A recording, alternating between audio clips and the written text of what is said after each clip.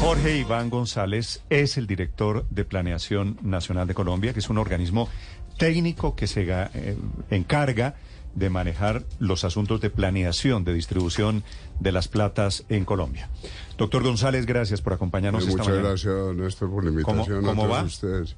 Muy bien, contento, animado. Poquito paisa el doctor González, como ustedes. Absolutamente paisa, llegué a Bogotá desde el 73 y sigo paisa. ¿Lo bajaron de dónde? No me estuve... Siempre el tema país es muy duro, ¿no? Eso no sale fácil. Doctor Jorge Iván, usted que es economista, estábamos hablando del artículo de hoy de la revista The Economist, artículo de esta mañana, que describe la personalidad de Petro. ¿Le parece a usted, coincide con el Petro que usted conoce? Mire, el Petro que yo conozco, el Petro que yo he vivido, tiene unas ideas, a mi modo de ver, absolutamente transformadoras, pero al mismo tiempo es muy respetuoso de la institucionalidad. Yo he sentido desde planeación que el presidente respeta el equipo técnico.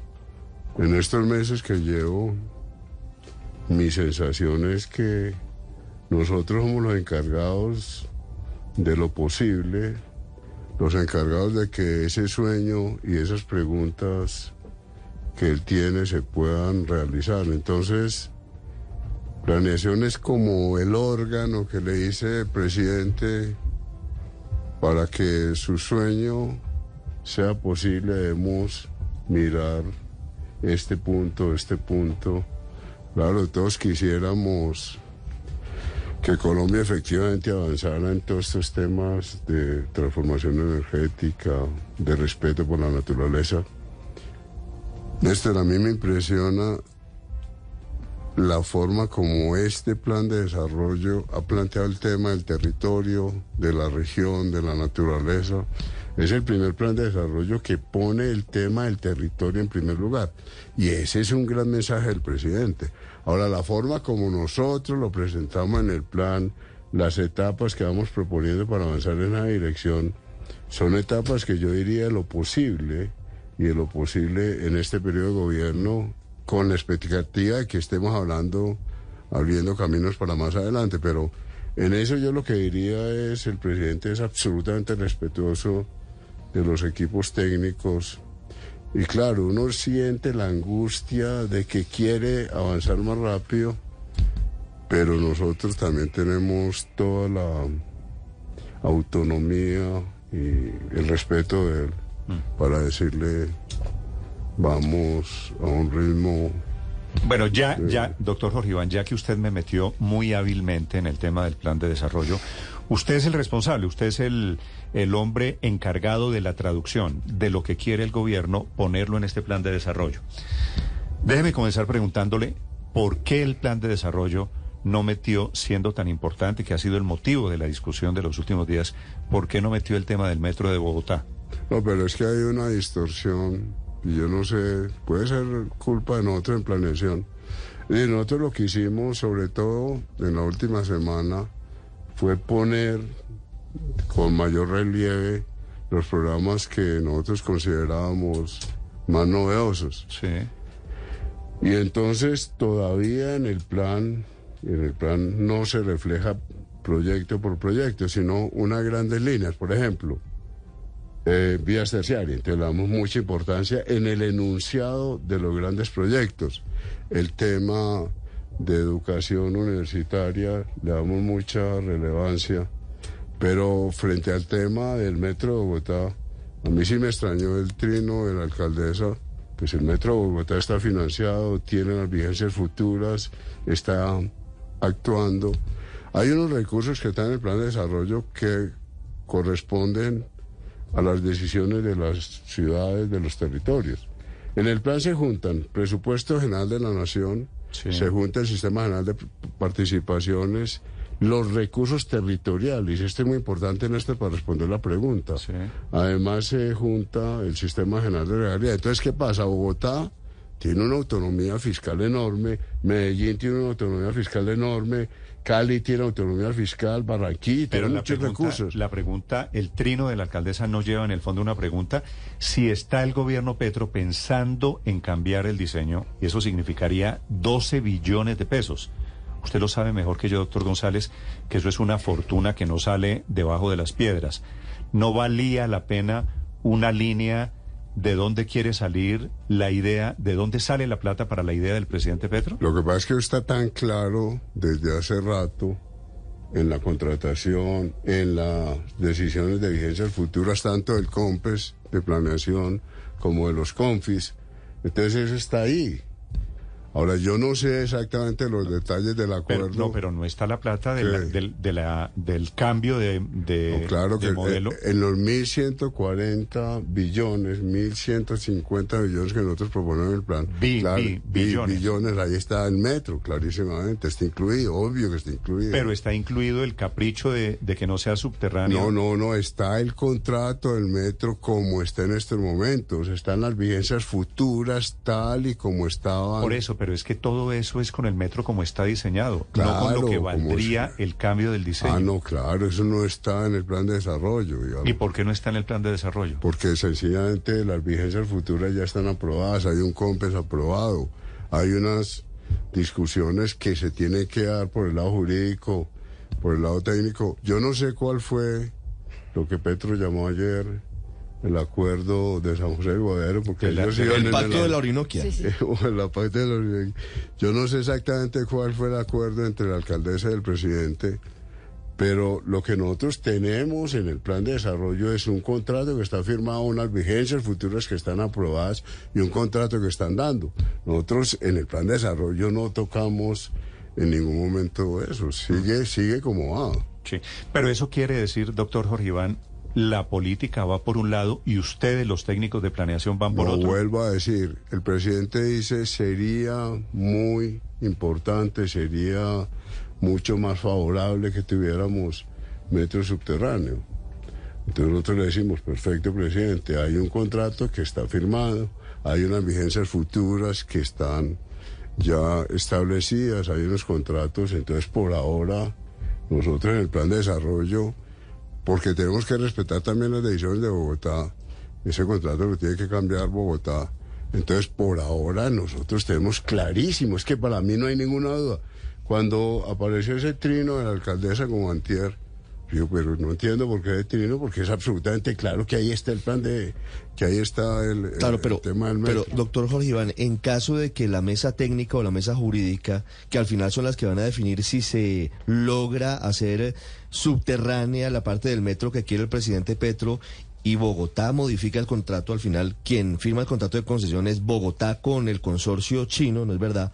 Si eso llegara a pasar, tendría que tener un apoyo de más de 16, bueno, hay cifras que hablan entre 12 y 16 billones de pesos adicionales. ¿De dónde saldría esa plata? No, si eso llegara a pasar, hay que replantear todas las vigencias futuras, hay que replantear toda la estructura del presupuesto como se hizo. Cuando nosotros hicimos este presupuesto para los 4 años, nosotros no estamos tocando absolutamente nada de eso. Si se llegase eventualmente, digamos, a un replanteamiento radical. Sí. Como ese, como cambiar el trazado de 13 kilómetros elevados por subterráneos. Hay que volver a hacer otro COMPES, hay que volver a mirar las platas, hay que volver en ese sentido. Eso es un montón de plata, habría que replantear y reestructurar. ¿Habría que modificar la ley para poder financiar esa parte adicional del proyecto? La ley de metros, porque aquí estaría por encima. Bueno, esa es otra de las discusiones. Si la ley de metro mantiene 70-30, así es. En este momento, para los oyentes, la ley de metro dice que el 70% de la inversión es de la nación, la paga la nación y el 30%. Entonces, por eso estamos especulando. Yo no sé qué va a pasar. Supongamos que el gobierno nacional diga yo financio todo y entonces no establecemos el 70-30. Yo no sé, pues yo no sé qué va a pasar, digamos. Pero en principio, la ley de metros dice 70-30, sí, de acuerdo. Doctor Jorge Iván, ¿en el plan de desarrollo está el tren elevado de Buenaventura a Barranquilla? No. ¿Eso tampoco? No, es que esos proyectos, Néstor, nadie los ha valorado, nadie ha hecho un estudio de factibilidad. Esa idea de poder competir con el Canal de Panamá, eso nadie lo... Digamos, yo no conozco ningún estudio en donde, digamos, cuál es la potencialidad y factibilidad real de un proyecto de eso. A eso me refería, no solo al Metro de Bogotá, es que no los conocemos. Con que los presidentes hacen unos anuncios y van y se echan unos cuentos políticos y después ustedes, que son los responsables, los técnicos de planeación, dicen, no, pues no hay estudios de eso, no está en el plan de desarrollo, no va a haber tren elevado. No, ahora, lo que pasa con todo eso, Néstor, es que el presidente... es respetuoso, digamos, si es un estilo, ahora que ustedes hablan de cómo gobiernan y cuáles son los diferentes estilos de gobierno, entonces un poco lo que yo siento es que el presidente hace unas propuestas audaces que están cambiando el lenguaje. Yo sí quiero insistir en esto. Sí. Nosotros estamos cambiando completamente el lenguaje. Es la primera vez, y yo vuelvo a insistir en esto, que se asocia la productividad industrial al agua, a los páramos. Eso es un aporte del presidente Petro pidiendo cambiar el discurso con los Estados Unidos y que miremos la Amazonía, que miremos los servicios ambientales que este país le puede prestar a la humanidad. Es que no es un problema del Magdalena y Colombia, es un problema del Magdalena y la humanidad, es un problema de la Sierra Nevada y la humanidad. Ese discurso es absolutamente revolucionario. Y que nosotros le digamos a los colegas economistas, mire, la geografía importa. Si usted no conserva Chingaza, si usted no conserva Sumapaz, sencillamente no puede haber productividad industrial. Esos mensajes son mensajes, llamémoslo así, profundamente petristas. Y en eso yo soy profundamente petrista. Porque los mensajes me parece que son muy potentes. Entonces lo que tratamos de hacer en Planificación Nacional es poner eso en orden. Doctor, por decirlo de alguna forma. En esos temas ambientales, creo, yo también soy profundamente petrista. Es decir, uno a portas del desastre ambiental que estamos viviendo, pues uno no puede no serlo. Pero ese tema ambiental, usted, digo, que está en Planeación Nacional, que elabora el plan de desarrollo, ¿usted lo mete en gastos o en ingresos? Nosotros en este momento estamos diciendo, hay unos presupuestos a los que les vamos a dar mayor énfasis, por eso presupuestos para el Ministerio del Medio Ambiente, presupuestos para el Ministerio de Agricultura, se aumentó considerablemente el presupuesto para el Ministerio de Agricultura, que tiene que ver con todo esto, con mejor uso del suelo. Sí. Uno de los indicadores más potentes que hay en el plan, Néstor, es asimetría en el uso del suelo. ¿Por qué áreas que deberían estar dedicadas a la agricultura hoy tienen ganadería extensiva? ¿Por qué áreas que deberían estar llenas de bosques hoy tienen ganadería extensiva? ¿Por qué áreas de los páramos tienen vacas? ¿Por qué hay papas? ¿Por qué en Sumapaz hay sembrado de papas? Eso es muy potente desde el punto de vista de transformación ambiental y eso está muy financiado porque el problema que va a tener ahora el Ministerio de Agricultura es gastar la plata. Pero perdóneme el paréntesis, ¿en Sumapaz no debería haber papas? No debería haber sembrado de papas. ¿Verdad? Claro, pero para conservar el páramo, entonces uno lo que debería tener es... ¿Solo frailejones? Entregarle a cada hogar de Sumapaz, yo decía, ¿por qué no entregamos a cada hogar de Sumapaz 3 salarios mínimos y que los campesinos sean realmente guardabosques y protejan el páramo? ¿Y de dónde piensa usted sacar? Claro. No, eso no está en el plan. Lo que digo es que sería, cuando usted me pregunta... Pero soñemos con esa hipótesis, con esa utopía, ¿no es verdad? De que haya plata para los campesinos en Sumapaz, suponiendo en el mundo ideal. ¿De dónde sale esa plata si estamos, por otro lado, acabando o intentando, dice el gobierno, ni buscar más petróleo, ni sacar más petróleo que tenemos? ¿Con qué quieren financiar? Este país no puede vivir sin petróleo. Pero por el lado de Sumapaz, Bogotá tiene que tener lo que nosotros llamamos una conciencia más rural. Es decir, hay un término de un colega, Absalón Machado, que dice ruralizar la conciencia urbana. Es decir, ¿cómo logramos que una ciudad como Bogotá entienda que Sumapaz es fundamental para la vida de Bogotá? Entonces uno lo que tiene que preguntar a Bogotá es, ¿por qué no está cobrando por congestión? Esto es una locura el carro privado en Bogotá. 7 horas para ir Bogotá a Girardot en vacaciones. Entonces, ¿cómo logramos que Bogotá cobre por congestión? ¿Cómo logramos que Bogotá aumente el cobro por derechos de edificabilidad? ¿Cómo logramos que mejore el cobro por plusvalía? Y con todo eso usted financia Sumapaz. Es que Bogotá no tiene problema para financiar Sumapaz. Una ciudad de 8 millones de habitantes es una generadora permanente de rentas. Entonces, en el plan ese es un tema también muy importante que nosotros le decimos a las ciudades, sobre todo a las grandes y a las intermedias, ¿por qué ustedes tienen una dinámica fiscal relativamente débil frente a lo que pudieran? Yo vuelvo a preguntar, ¿cómo es que no estamos cobrando en este país cobros por todo el tema de congestión? ¿Por qué no hay cobro por congestión? Eso solamente ya marca un cambio fundamental en las formas de financiamiento. Eso con respecto a las ciudades que sería Bogotá la que tendría que financiar a los campesinos de Sumapaz, pero Bogotá no tiene problemas de recursos. Bogotá tiene que generar unas dinámicas mucho más agresivas. El predial de Bogotá, por ejemplo, en esto. Estamos en el 11.5 por mil en el rango superior, pero el mundo anda con prediales del 20 por mil. El mundo tiene prediales del 20 por mil. Nosotros estamos en el 11 y Bogotá es una maravilla. Ahora, yo no estoy diciendo que Bogotá suba el predial 20 por mil. Lo que quiero decir es que hay unos márgenes desde el punto de vista de generación de recursos de las ciudades enormes, que eso apalancaría muchas de las posibilidades de desarrollo. Pero lo que usted se me dice, ¿debería subir? ¿Bogotá tiene margen para subir el predial? Puede subir el predial como le dé la gana al Consejo. El tema... Pero técnicamente, usted dice, podría estar en 11 y pico por mil. En este momento está en 11.5. Sí. El Consejo de Bogotá, que hizo una cosa maravillosa, fue aprobar un predial que va del 5 por mil para las personas con valores más bajitos hasta el 11.5 por mil. Pero digamos, en teoría, el Consejo de Bogotá podría subir más el rango superior del predial. Ahora, esto no lo mencionaron en el plan de desarrollo. Lo que digo es que frente a la pregunta no de suya, tantas ideas porque de pronto se las cogen. No, lo que digo frente a la pregunta suya, Néstor, es que sí hay posibilidades de financiar Sumapaz. Si tuviéramos una conciencia, vuelvo a decir, rural en esta ciudad, yo no entiendo cómo no valoramos la importancia del agua para la sostenibilidad de estas grandes ciudades. Y eso es revolucionario. Yo creo que eso que estamos poniendo es revolucionario. Doctor Jorge Iván, preguntándole hace unos segundos de financiación, usted soltó una frase que yo le pediría que me aclarara, porque no sé si hay dos mensajes aquí. Dijo usted, este país no puede vivir sin petróleo, ¿cierto? Esta es la frase. Sí, por ahora no podemos. La estructura de la balanza de pagos, la dependencia de los ingresos del gobierno, de los recursos de Ecopetrol y de empresas petroleras es clarísima. Pues para mí no hay ninguna duda, es como absolutamente evidente, digamos.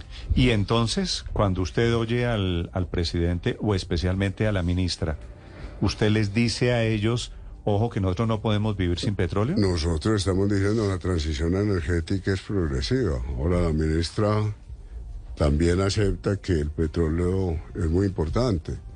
Nosotros lo que pensamos desde Planeación Nacional es vamos despacio.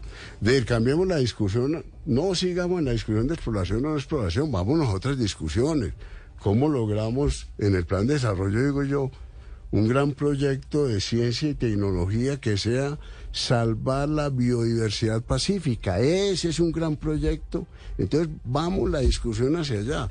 Y en la medida en que vamos haciendo la transformación energética, pues entonces vamos reduciendo la dependencia de petróleo, pero eso es progresivo. ¿Cuándo va a ser? A mí me preguntan cuándo. Pues yo no sé cuándo vamos a llegar nosotros a tener hidrógeno verde que sea rentable. Ese es un proceso que toma tiempo, yo no sé cuánto tiempo, no creo que nadie sabe cuánto tiempo es, pero sí decir, y creo que ese es el mensaje del presidente, tenemos que avanzar hacia allá y busquemos todos los mecanismos posibles para avanzar hacia allá. Yo digo, ¿por qué desde el punto de vista financiero no estamos negociando con la banca internacional la financiación de servicios ambientales? Es que deberíamos estar en eso, Néstor. Diciéndole a la banca internacional, mire, los grandes activos que tiene este planeta en materia ambiental se los ofrece un país como Colombia. Entonces cambiemos deuda por servicios ambientales. Ese tipo de discusiones son las que deberíamos estar dando y no seguir peleando si exploramos o no exploramos petróleo. Sí, cuando usted dice hagamos la transición energética pero despacio, ¿cuál es la diferencia con la ministra de Minas? Pues yo creo que la ministra de Minas está de acuerdo con este tipo de frases. Yo creo que es que el debate ha exagerado el tema de exploración o no exploración. Yo creo que eso ha oscurecido mucho el debate. Pero es que el debate para mí no debería ser... Pero no es invento de alguien fuera del debate. El debate se avivó porque la ministra dijo, vamos a suspender, a partir de hoy, vamos a quedarnos con los contratos viejos, pero suspendemos los nuevos contratos de exploración. Se ratificó en Davos. Yo creo que el discurso tiene que cambiar hacia otras perspectivas, llamémonos así, más positivas. Yo creo, por ejemplo, que el discurso debería ser: ¿por qué estamos subsidiando la gasolina? ¿Por qué estas ciudades están teniendo...?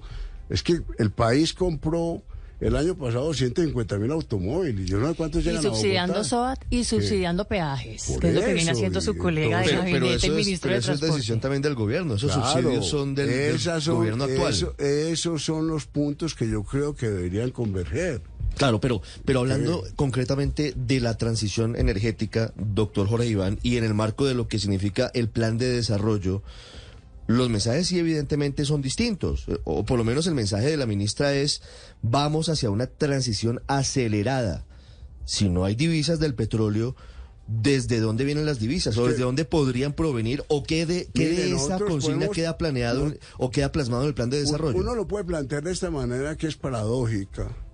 Si Ecopetrol está sacando 750.000 barriles día, tal vez para hacer la transición energética Ecopetrol debería sacar 1 millón de barriles día. Ese es el tema complicadísimo. Es decir, usted necesita los recursos petroleros para hacer la transición. Ese es el problema. O esa es la paradoja, o ese es el ¿Para hacer la reto, transición no sé hacia cómo qué? llamarlo. ¿Hacia profundizar, por ejemplo, el hidrógeno verde? Por ejemplo, Ecopetrol tiene unos planes ya excelentes de transformación energética. Entonces, si Ecopetrol quiere avanzar más rápido hacia hidrógeno verde, que es un mensaje muy potente al Tiene que presidente, producir más petróleo. entonces tiene que sacar más petróleo. ¿Y el gobierno está en esa decisión de poner a producir más petróleo a Ecopetrol para acelerar la La transición? posición de Claro. Ecopetrol hasta donde yo es esa. ¿Y Es cómo, decir, cómo puede producir más petróleo si no es explorando no, más? por eso yo digo, cambiemos el discurso, es lo que estoy diciendo yo. Dejemos tranquilo el tema de exploración. Si la humanidad en 15 años no necesita más petróleo, pues si se encontró, pues dejémoslo ahí tranquilo porque no lo necesitamos. Pero cambiemos el discurso, porque no cambiamos el discurso, entonces ¿Usted le no dice esto? avanzamos a las discusiones. ¿Usted le dice esto al presidente Petro? Esto se discute, digamos, yo lo que vuelvo a decir frente a al comentario inicial, Néstor, yo encuentro en el equipo de gobierno unas posibilidades de discusión, de diálogo, debatir. Claro, pero y una institucionalidad, yo vuelvo a decir, la institucionalidad es muy potente.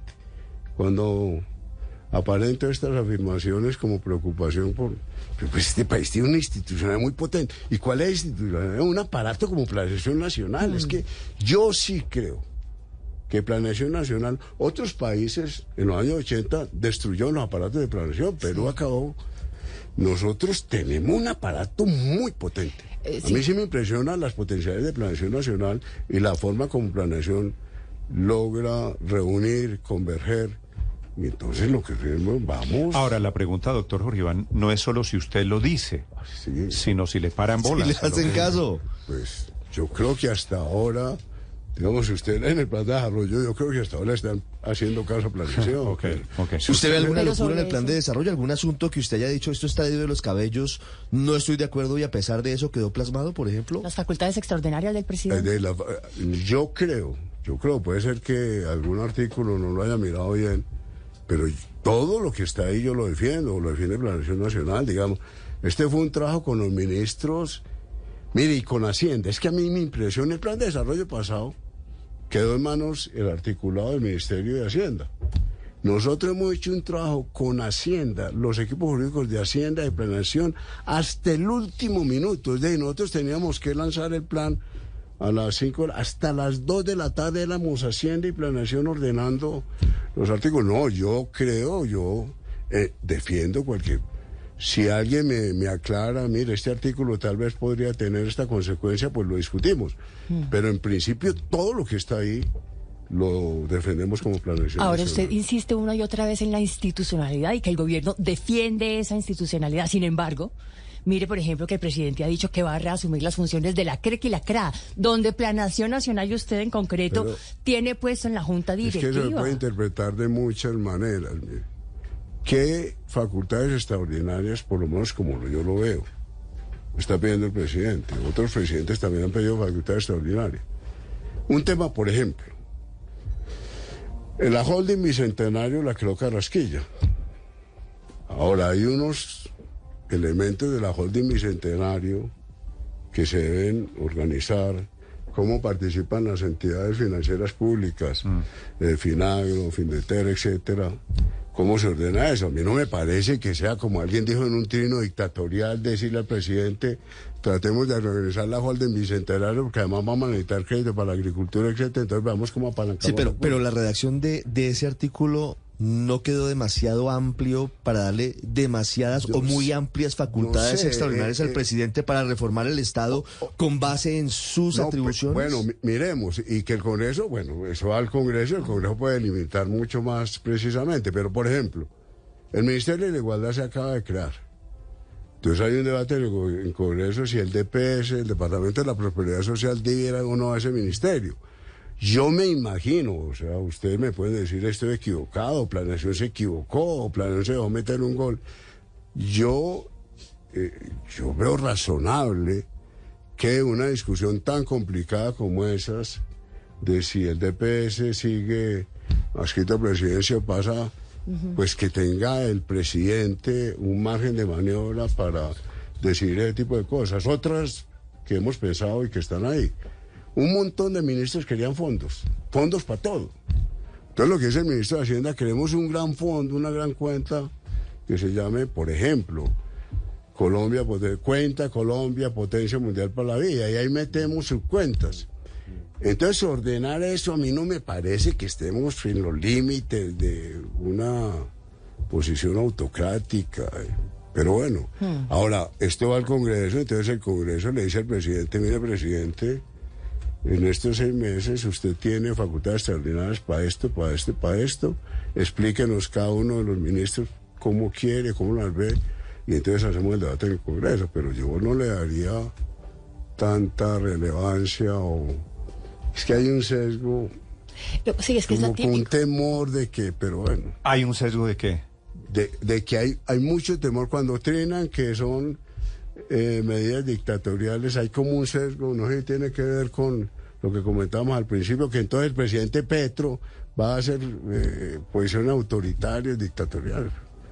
Yo creo que estamos lejos de eso. Pero es que alguna vez en un plan de desarrollo se le había dado facultades extraordinarias. Sí, otras veces se le ha dado. Sí, siempre le han dado. Siempre. Todos los presidentes pero han para pedido otros presidentes nadie le pone como tanto ¿Y usted cree misterio. que esto es un sesgo particular? Yo creo que es que uno no sabe la opinión. Ahora, como uno con trinos por todos lados, uno no sabe. Entonces, claro, hay trinos que se le están dando poderes dictatoriales al presidente. Sí, eso es cierto que todos los presidentes han tenido facultades extraordinarias. Doctor Jorge Iván, sé que usted va para la Casa de Nariño. Quisiera tocar 2 temas rapiditos, si me permite. Me preguntan muchos oyentes, ¿cómo es lo de que el gobierno se va a tomar las platas de unas cuentas bancarias inactivas? Que tengo entendido que está en el plan de desarrollo. Para el ICETEX. Sí, no, la idea es para el ICETEX. Hay unas cuentas muertas que ya más de un año que nadie vuelve a mover. Entonces, claro, hay trinos que se le están dando poderes dictatoriales al presidente. Sí. Cambiando todos los días, pero digamos por debajo de 110.000 pesos. Bueno, 110.000. Entonces, cuentas inactivas durante cuánto tiempo, doctor Jorge Iván. Creo que quedó más de un año, ¿no? Entonces, sí, son cuentas pequeñas que la gente les olvida y de pronto usted dice, yo tenía una cuenta en tal banco y se acuerda los 2 años.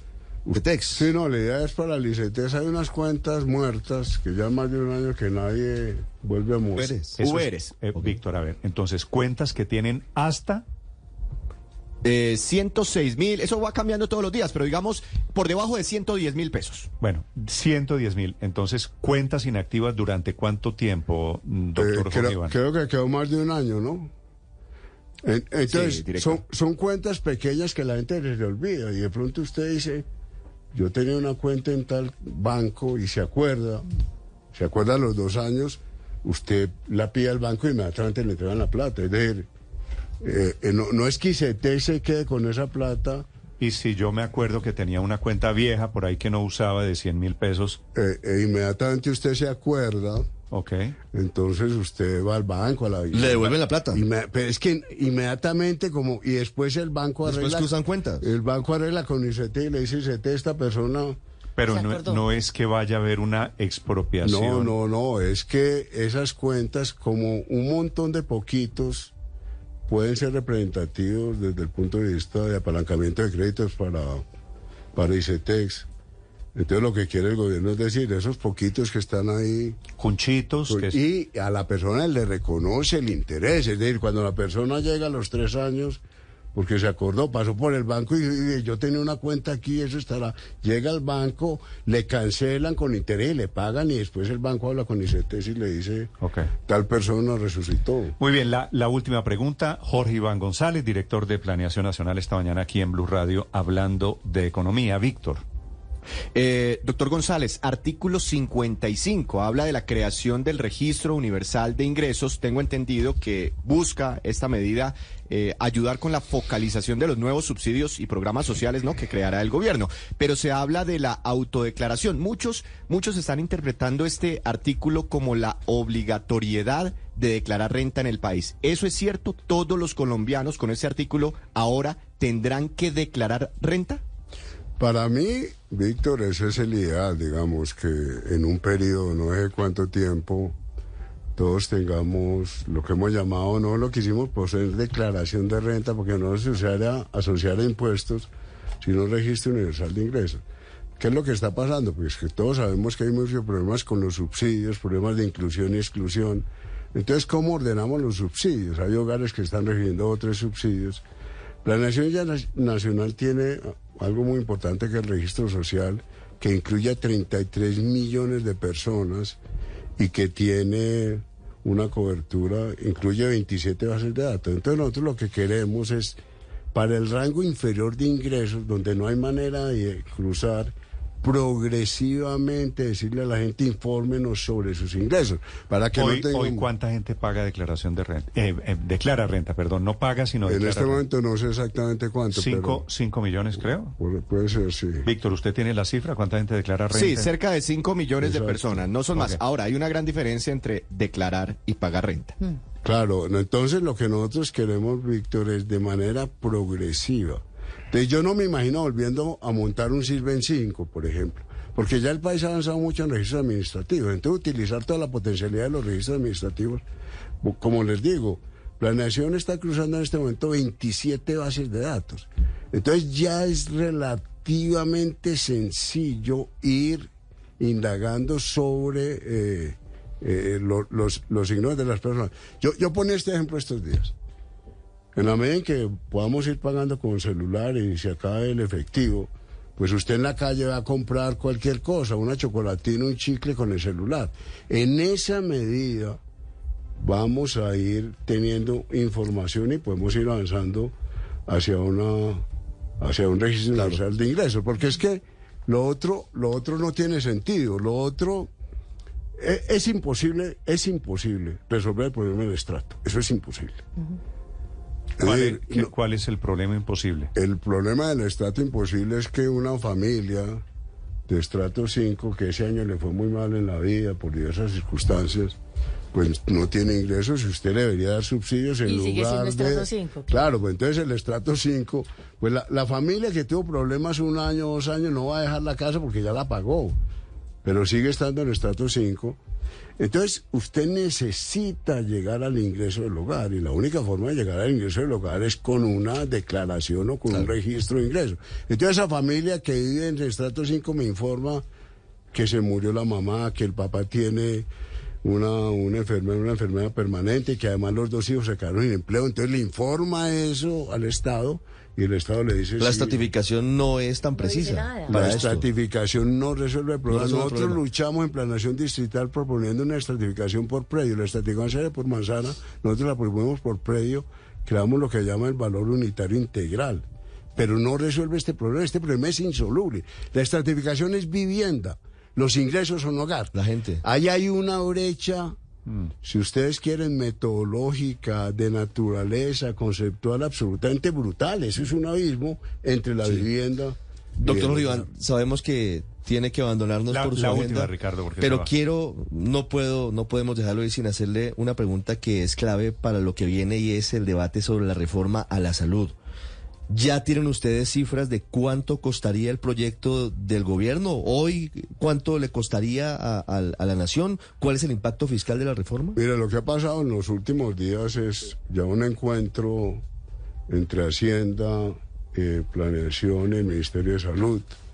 Nosotros todos estamos de acuerdo y creo que en esto el diagnóstico es relativamente consensuado. Hay que avanzar en prevención a todos los niveles. Es decir, uno de los problemas que tienen las EPS o las dificultades que tienen es que el tema de prevención no le han dado la suficiente importancia y se han ido mucho hacia clínica.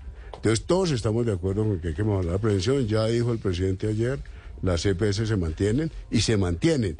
No es que transitoriamente se vayan a mantener. La decisión que tomó el presidente ayer es que las EPS se mantienen. Pero ¿se mantienen cómo? Exacto, bueno, como no. aseguradoras. No, se mantienen como están. ¿Cómo están? Yo no sé cómo va a quedar el proyecto final. Se mantienen como están. ¿Usted conoce el proyecto final? Nosotros vimos una primera versión esta semana. Y como Ya hay les un digo, texto, o sea, ya hay un articulado. hay una primera versión, pero nosotros estamos entre Planeación y Hacienda mirando ya los cálculos. Entonces, usted tiene que crear unos mecanismos para que las EPS, cualquiera de las EPS que están ahora, que mejore la prevención. Entonces, que nos llamen y nos digan, usted no se ha hecho el examen de próstata este año, ya le mandamos una ambulancia. Ese tipo de preocupaciones, la preocupación legítima del gobierno, de la ministra, y sobre todo el problema es en zonas muy aisladas, cómo efectivamente tenemos cobertura universal.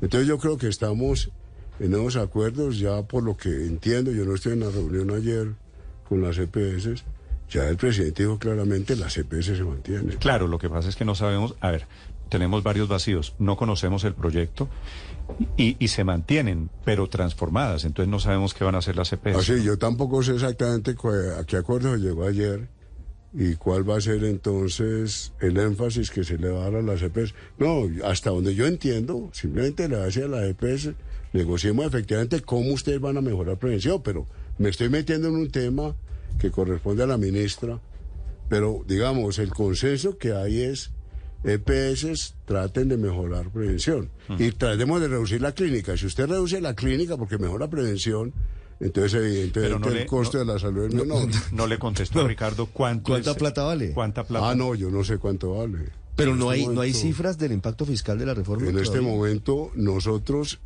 como planeación hicimos unos primeros cálculos Las proyecciones. del balance fiscal de las EPS, pero bueno, todavía no hay una cifra clara. Vale. Doctor Jorge Iván, es un gusto tenerlo aquí, volverlo a ver. Muchas gracias a usted. Gracias, señor. Muy Es amable. Jorge Iván González.